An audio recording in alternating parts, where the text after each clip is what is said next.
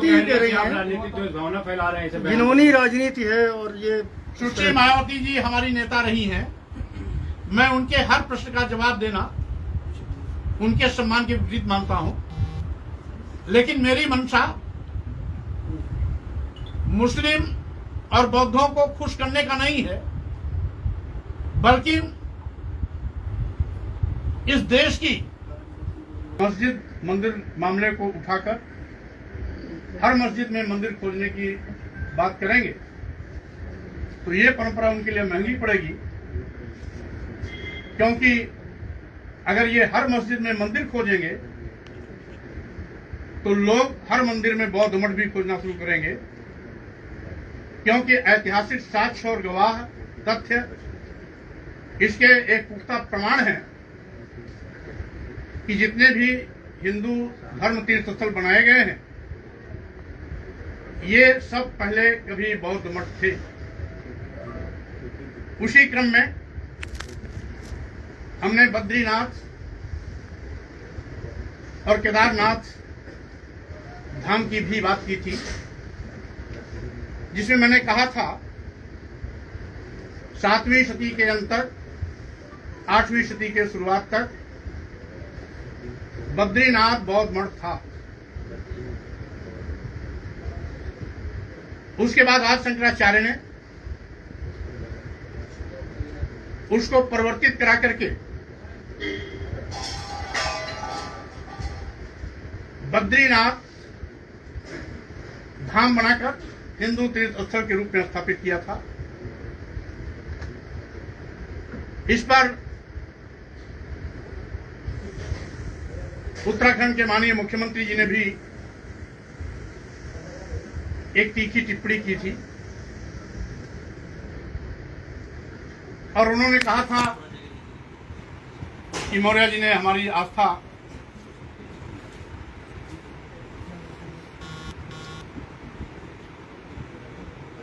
को कहीं ना कहीं अपने इस बयान से प्रभावित किया है। मैं माननीय मुख्यमंत्री से केवल इतना ही कहना चाहता हूं, उत्तराखंड के सबकी आस्था महत्व रखती है। आपकी आस्था अगर आस्था है तो अन्य धर्मावलंबियों और पंथ के लोगों की भी आस्था आस्था है। अगर आपको अपनी आस्था का चिंता है तो दूसरों की भी आस्था की चिंता करनी चाहिए।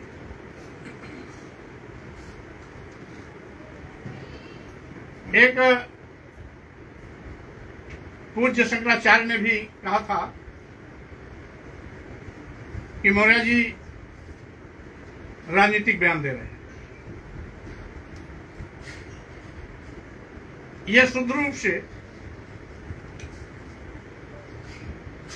भारतीय संविधान की मंशा के अनुरूप सभी धर्म पंथ का सम्मान करते हुए देश में भाईचारा स्थापित करने के लिए दिया गया बयान है। इसको कि कोई भी अपने भावना और आस्था का हवाला देकर हवा हवाई बात करने से बाज आए, बल्कि गंभीरता से चिंतन करे और ऐतिहासिक साक्ष्यों की ओर जाएं। इसी क्रम में सबसे पहले मैं महापंडित राहुल संस्कृत्यायन, जिन्होंने पूरे विश्व का भ्रमण किया, सैकड़ों उनकी लिखी हुई किताबें हैं, वो बद्रीनाथ धाम जाकर के वहां जो कुछ भी उन्होंने देखा, हिमालय परिचय एक राहुल संस्कृत्यायन, इसमें उन्होंने लिखा है मूर्ति का अवलोकन कर और साथ ही साथ वहां राहुल संस्कृत्यायन की समय में जो उसके मुख्य पुजारी होते हैं, जिसको रावल कहते हैं, उस समय के रावल जी और भूतपूर्व रावल श्री वासुदेव जी से बात करने के बाद उन्होंने कहा था, इस प्रकार इसमें संदेह नहीं रह गया कि मूर्ति बुद्ध की है। बद्रीनाथ की मूर्ति अखंड रहने पर बहुत सुंदर रही होगी, इसमें संदेह नहीं। उसके छाती, कमर आदि सारे अंग बिल्कुल ठीक अनुपात में हैं। वर्तमान रावल चीवर के छोर को यज्ञोपवीत मानते हैं। 30 वर्षों से नजदीक से देखने वाले भूतपूर्व रावल इसे बुद्ध की मूर्ति मानते हैं। उन्होंने सारनाथ आदि में जाकर बुद्ध की ऐसी ही मूर्तियां देखी हैं। सिर के पिछले सुरक्षित भाग में बुद्ध की तरह ही बाल है और यह भी बतला रहे हैं इस प्रकार मूर्ति बुद्ध मूर्ति की हो सकती है। यह है राहुल संस्कृत्यायन जी का प्रस्तुत तथ्य आपके सामने। इसके बाद हम आते हैं एक महान इतिहासकार एडविन टी एटकिंसन, जिनकी पुस्तक है the Himalaya gazetteer volume 2 part 1। Edwin T Atkinson, Cosmo publication, New Delhi, 1981, page 463। यानी इस पुस्तक में उन्होंने विस्तार से लिखा है कि जैसे कि हमने देखा बौद्ध धर्म 7वीं शताब्दी के कुमायूं में काफी हद तक स्थापित हो गया था, लेकिन 7वीं शताब्दी के मध्य में ह्वेन-त्सांग की यात्रा की तारीख और शंकराचार्य के फलते फूलते अवधि के बीच ऐसे परिवर्तन हुए कि उनके समय के बाद शायद ही कुमायूं हिमालय में एक भी बौद्ध मंदिर बचा हो। इस बिंदु पर स्थानीय परंपरा अलग है और यह इस प्रकार है कि यह शंकराचार्य द्वारा स्थापित संस्थाएं आज तक जीवित हैं, तो बौद्ध धर्म या तो उसके समय से पहले या उसके प्रभाव के कारण समाप्त हो गया। यह है इनका विस्तार से अगर पुस्तक पढ़ेंगे तो इन्होंने विस्तार से बद्रीनाथ धाम और केदारनाथ धाम के विषय में लिखा है कि किस तरीके से बद्रीनाथ बौद्ध मठ और केदारनाथ बौद्ध मठ को बद्रीनाथ हिंदू तीर्थ स्थल और केदारनाथ तीर्थ स्थल बनाया गया है। और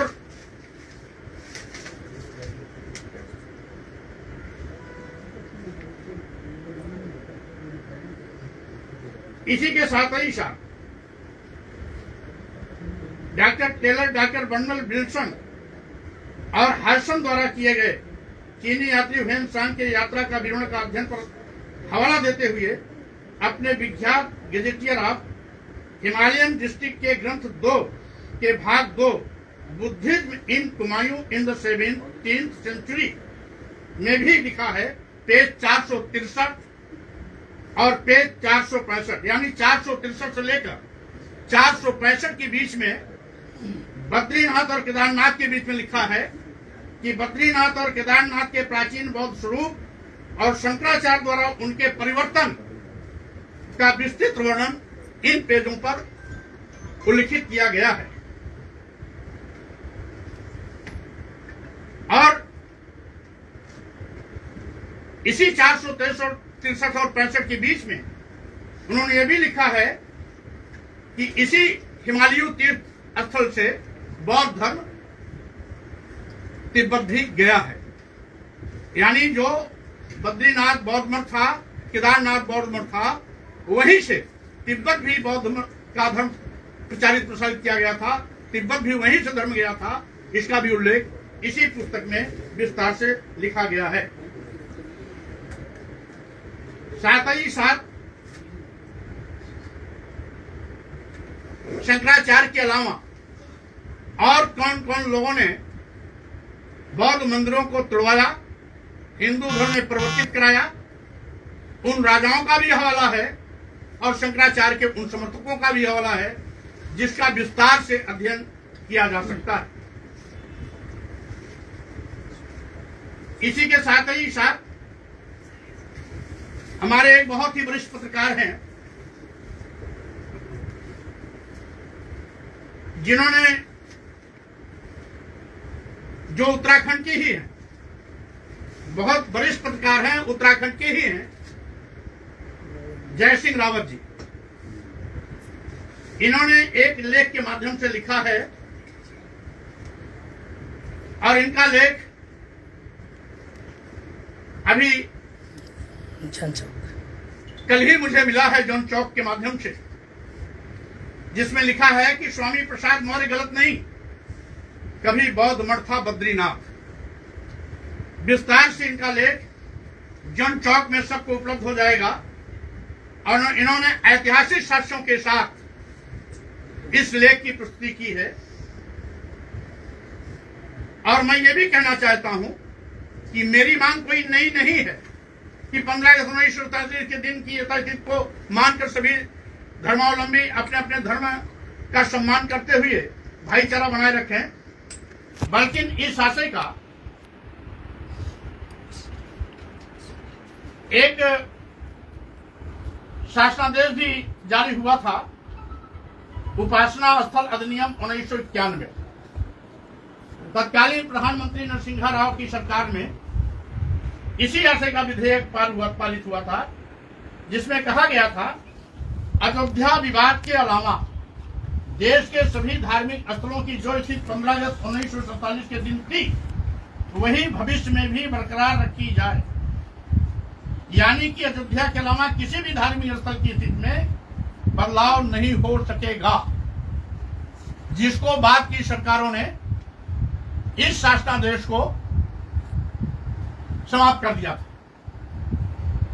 और जिसके नाते आज निरंतर इस प्रकार के विवाद लगातार चल रहे हैं। इसी प्रकार से एक और इतिहासकार हैं चार्ल्स एलन,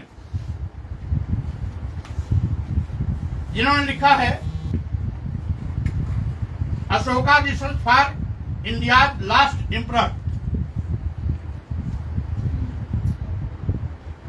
लेख इनका क्योंकि ऐतिहासिक इतिहासकार हैं, इतिहास बहुत विस्तार से लंबा चौड़ा है, लेकिन संक्षिप्त में मैं उसका सार आपके सामने रख रहा हूं। इंग्लैंड के लोकप्रिय इतिहासकार चार्ल्स एलन ने Ashoka the search for India last emperor 2012 नामक पुस्तक में लिखा है कि उत्तराखंड का बद्रीनाथ, पुरी का जगन्नाथ, केरल का अयप्पा और पंढरपुर का विठलनाथ या तो बुद्ध मूर्तियों को देव छवि में या लिंग में परिवर्तित किया गया।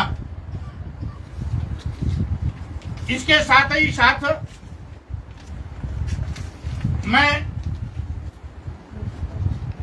आपका ध्यान और भी इस देश के विद्वानों, इतिहासकारों के द्वारा दिए गए मंतव्य को भी आपके सामने आपके माध्यम से पूरे देश को अवगत करना चाहता हूं, जिसमें इतिहासकार डीएन झा, जो बहुत बड़े इतिहासकार हैं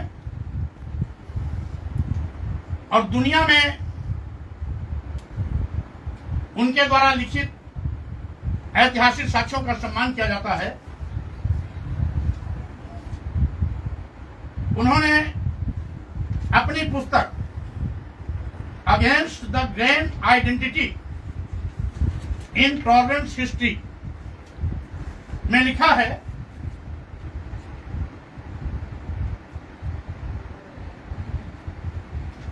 कि स्वामी विवेकानंद, दयानंद सरस्वती, यहां तक कि सुपर राष्ट्रवादी बंकिम चंद्र चटर्जी जैसे किसी व्यक्ति का दावा कुछ हिंदू तीर्थ स्थलों की संभावित सच्चाई के बारे में गंदे दिमाग वाले धर्मनिरपेक्षतावादियों द्वारा किए गए दावों का समर्थन करता है।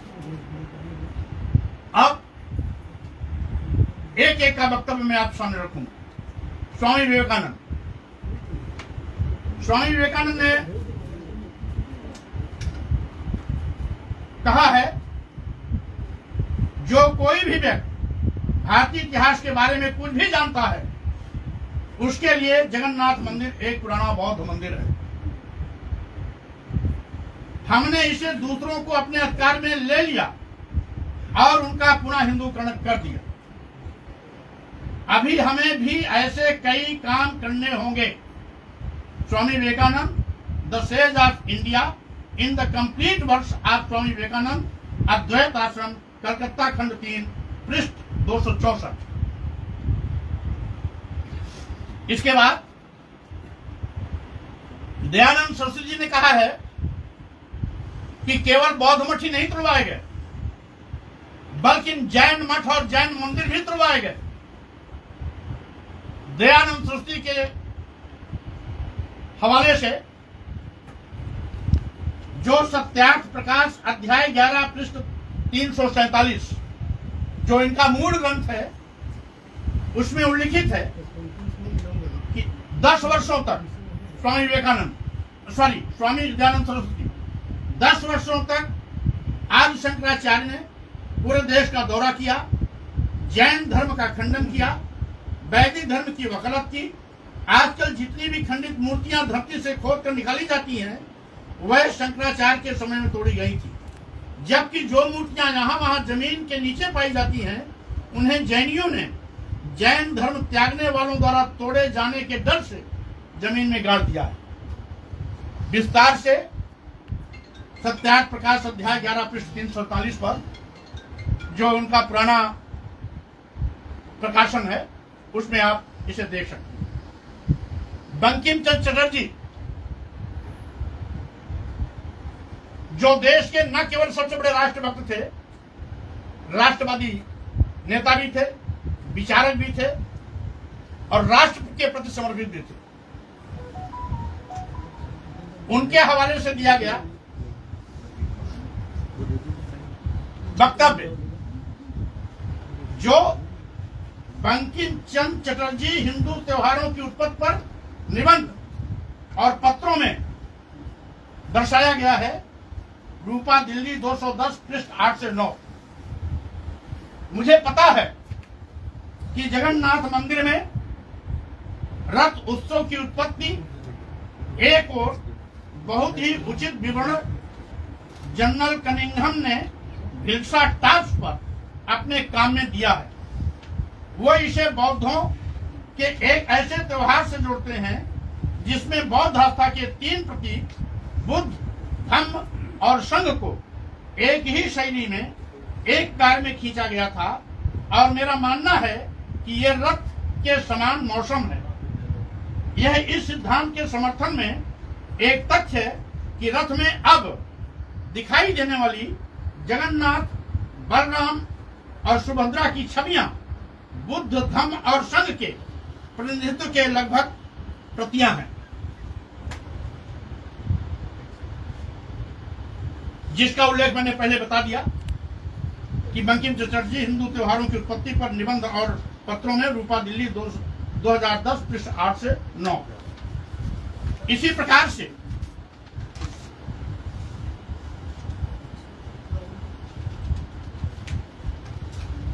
स्वामी विवेकानंद का जो मैंने अभी वक्तव्य दिया था, उसके लिए विस्तार से जानकारी आप हासिल कर सकते हैं।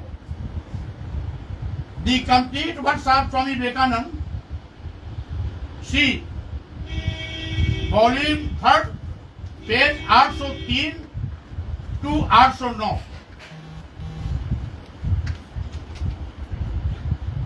यानी 803 से 809 के बीच में आप अध्ययन करेंगे, जिसमें विस्तार से किस तरीके से बौद्ध मठों को तोड़कर बुद्ध विहार और भगवान बुद्ध की मूर्तियों को तोड़कर हिंदू देवी देवताओं का स्वरूप दिया गया है।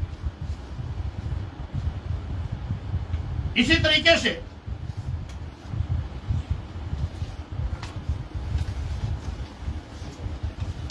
डीएन झा, जिसके विषय मैंने कही दिया है पहले कि डीएन झा का लिखा हुआ किताब against the grain notes on identity, intolerance and history. इसमें यद्यपि इन्होंने पूरे देश का हवाला दिया है कि कहां कहां आदि शंकराचार्य के नेतृत्व में बौद्ध मठों को तोड़ा गया, कहां कहां तत्कालीन हिंदू राजाओं ने बौद्ध मठ को तोड़ा और कहां कहां पर बौद्ध मठों को परिवर्तित कर हिंदू तीर्थ स्थल बनाए गए, उसका विस्तार से उल्लेख मिलता है। यहां तक कि इतना विस्तृत अध्ययन बुद्ध विहारों के तोड़े जाने, बौद्ध मठों के विनाश, बौद्ध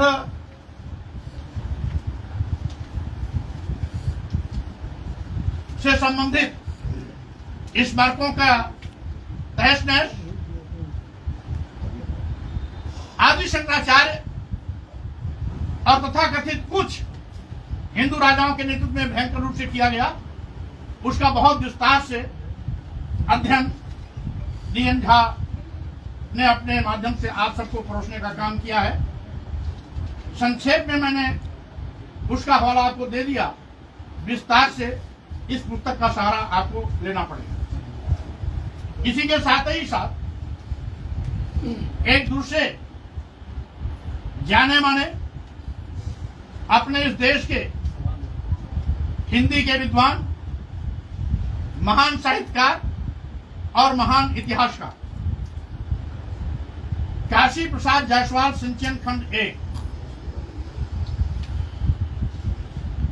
जो रामेश्वरम के विषय पर लिखा है, रामेश्वरम धाम, उसके विषय में लिखा है कि मंदिर के दोनों फटकों के उच्च शिखर दूर से देख पड़ते हैं, वह भुवनेश्वर, बुद्ध गया आदि स्थानों के बौद्ध स्तूपों का स्मरण कराते हैं। द्वार पर खड़े होकर ऊपर देखा तो बौद्ध काल की कारीगरी देख मन में बड़ा विस्मय हुआ। अंदर जाने के लिए एक पत्थर ऊंचे खंभों पर पटा हुआ एक मार्ग है, जिसमें द्वार के पास कुछ कौड़ी त्याग की दुकानें हैं। ऐसा मार्ग या गली मंदिर की चारों ओर है।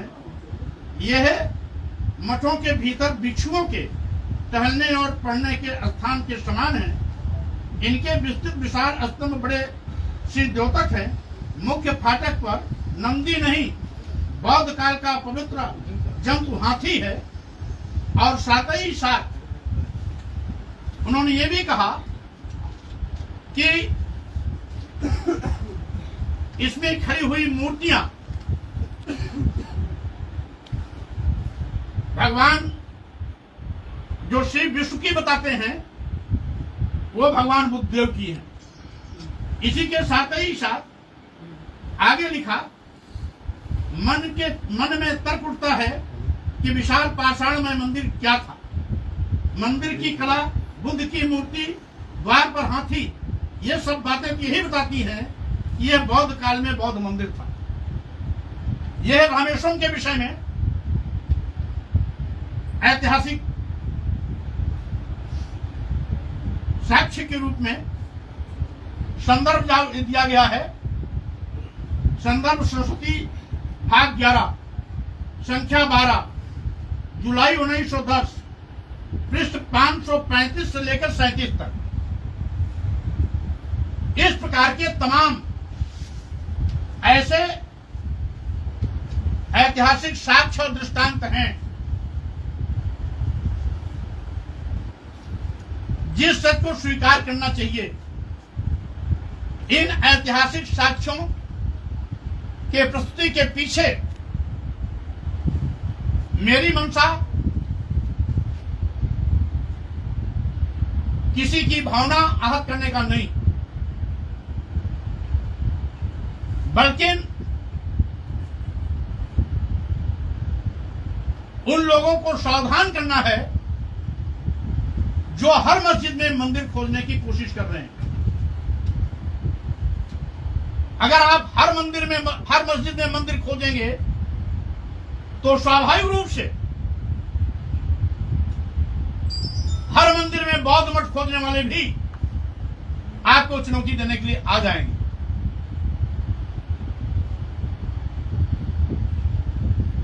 मस्जिद में मंदिर खोदने वाले लोगों के पास कोई ऐतिहासिक साक्ष्य तो नहीं है, लेकिन मंदिर में बौद्ध मठ खोदने वालों के लिए एक नहीं सैकड़ों ऐतिहासिक साक्ष्य हैं, देशी विद्वानों के भी विदेशी विद्वानों के भी। और उन विद्वानों में हमारे ब्राह्मण समाज के भी विद्वान और इतिहासकार शामिल हैं। इसलिए सच को छिपाने से अच्छा है सच को स्वीकार करें, और जिस प्रकार से आपको अपनी भावनाओं के सम्मान का ख्याल रहता है, उसी प्रकार से और भी धर्मावलंबियों के सम्मान की भावनाओं का सम्मान करने की बात अगर आप अपने दिल मन में रखेंगे तो शायद नफरत खत्म होगी, मस्जिद मंदिर का मामला खत्म होगा, हिंदू मुसलमान का मामला खत्म होगा, और जो हमारी संस्कृति है हिंदू मुस्लिम सिख ईसाई सब है आपस में भाई भाई की बात आगे बढ़ेगी, आपसी सौहार्द भी सुरक्षित रहेगा, भाईचारा भी सभी में बना रहेगा, भारतीय संविधान की मंशा का भी पालन होगा, राष्ट्र भी सशक्त होगा। मैं अभी आप सभी इलेक्ट्रॉनिक और प्रिंट मीडिया के सभी सम्मानित साथियों को मैं बहुत धन्यवाद देता हूं कि आपके माध्यम से ये सभी ऐतिहासिक साक्ष्य पूरे देश के सामने परोसा जाएगा। धन्यवाद। मौर्य जी एक सवाल है कि जी। जिन राहुल संकरतायन का आपने नाम लिया, उन्होंने अपनी किताब वोल्गा से गंगा में लिखा है कि जो ब्राह्मण थे वो गाय का मांस खाते थे। क्या ये भी सच है? अभी हम अपने सीमित बिंदु पर रहना चाहते हैं, उचित अवसर आने पर आपके प्रश्न का उत्तर दिया जाएगा। दूसरा सवाल हमारा ये है कि ये आपने जो आज बोला है, ये आप सपा महासचिव की हैसियत से बोल रहे हैं या आपकी ये व्यक्तिगत बात है? क्योंकि थोड़ी देर बाद सिखपाल भी हो सकता है आपकी इन सब बातों का खंडन करते हुए ट्वीट जारी कर दें। वो क्या कहते हैं क्या करते हैं, क्योंकि हमारी उनकी कोई वार्ता नहीं हुई। प्रसंग आया, किसी पत्रकार ने इस संबंध में प्रश्न किया था, मैंने अपनी ऐतिहासिक जानकारी के मुताबिक उसको उत्तर दिया था, और जब एक सम्मानित पूज्य शंकराचार्य जी ने सवाल किया कि स्वामी प्रसाद मौर्य जी ऐतिहासिक साक्ष्य दें, और साथ ही साथ माननीय मुख्यमंत्री उत्तराखंड ने अपनी धार्मिक भावनाओं का हवाला देते हुए ऐतराज जताया, उस परिप्रेक्ष्य में मैं ऐतिहासिक साक्ष्य दे रहा हूं, और पत्रकार के एक प्रश्न के उत्तर में मैंने जवाब दिया था, जिससे ये बात आगे बढ़ी। एक सवाल मायावती का ये कहना है कि समाजवादी पार्टी इस तरह के बयान, तो आप इसको चैलेंज करेंगे कोर्ट में अगर जरूरत पड़ी भविष्य में? पहली बात तो मैं विवाद को रोकने का पक्षधर हूं, मैं विवाद को बढ़ावा नहीं देना चाहता। लेकिन ये जो कागज दिखा रहा है, इसीलिए इसका 15 अगस्त 1947 के दिन 15 अगस्त 1947 के दिन जिन भी धार्मिक स्थलों की जो स्थिति रही है, उसको हम सबको सामूहिक रूप से यथावत स्वीकार करना चाहिए, जिससे कि इस प्रकार के भाईचारा, अमन चैन में नित्य प्रति साजिश के तहत दखल देने वालों के साजिश का एक जवाब मिल सके। लेकिन ये जो दस्तावेज स्वामी जी आप दिखा रहे हैं, इससे तो ये विवाद बढ़ेगा ना, घटेगा क्यों? नहीं, तो हमने लोगों के मांगने पर दिया है ना। शंकराचार्य जी ने मांगा है, माननीय मुख्यमंत्री जी ने मांगा है, तो मैं साक्ष्य दे रहा हूँ, अन्यथा साक्ष्य देने की जरूरत नहीं थी। मायावती ये कह रही है राजनीतिक जो भावना फैला रहे हैं इसे बयान- घिनौनी राजनीति है, और ये सुश्री मायावती जी हमारी नेता रही हैं, मैं उनके हर प्रश्न का जवाब देना उनके सम्मान के विपरीत मानता हूं, लेकिन मेरी मंशा मुस्लिम और बौद्धों को खुश करने का नहीं है, बल्कि इस देश की जो तहजीब है वसुधैव कुटुंबकम का, भाईचारे का, हिंदू मुस्लिम सिख ईसाई समय अपने भाई भाई का वो बना रहे, इसीलिए मैं सभी प्रकार के विवादों पर विराम लगाने का पुरजर हूं। आपने रामचरितमानस की पंक्तियों को कहा, उसके बाद आज बौद्ध धर्म को लेकर कह रहे हैं, लगातार कुछ न कुछ कंट्रोवर्सी आपके बयानों के बाद। आज मैं जिस टॉपिक पर बोल रहा हूं उससे इतर ले जाने की कोशिश न करें। आपसे जुड़ा एक सवाल ये है जो आपने बोला है, स्वामी विवेकानंद क्या शंकराचार्य की तरह ही बौद्ध धर्म और बौद्ध मठों के खिलाफ थे? सवाल क्लियर है ना, या मैं दोबारा करूं? अभी मैंने डीएन झा द्वारा, इतिहासकार डीएन झा द्वारा ये नहीं उद्धृत, आप उससे सहमत है ना? तो स्वामी विवेकानंद के बारे में बता दीजिए। अभी जो ऐतिहासिक साक्ष्य आए हैं मैंने उसको प्रस्तुत करा। अभी मैं विश्लेषण नहीं कर रहा हूं और विश्लेषण करने का इस समय वक्त भी नहीं। अभी तो साक्ष्य मांगे गए हैं, मैं साक्ष्य दे रहा हूं। धन्यवाद। Thank you sir. बहुजन विचारधारा को घर घर तक पहुंचाने के लिए हमारे YouTube चैनल को सब्सक्राइब करें, लाइक करें, कमेंट करें, शेयर करें और बेल आइकन की घंटी दबाना ना भूलें।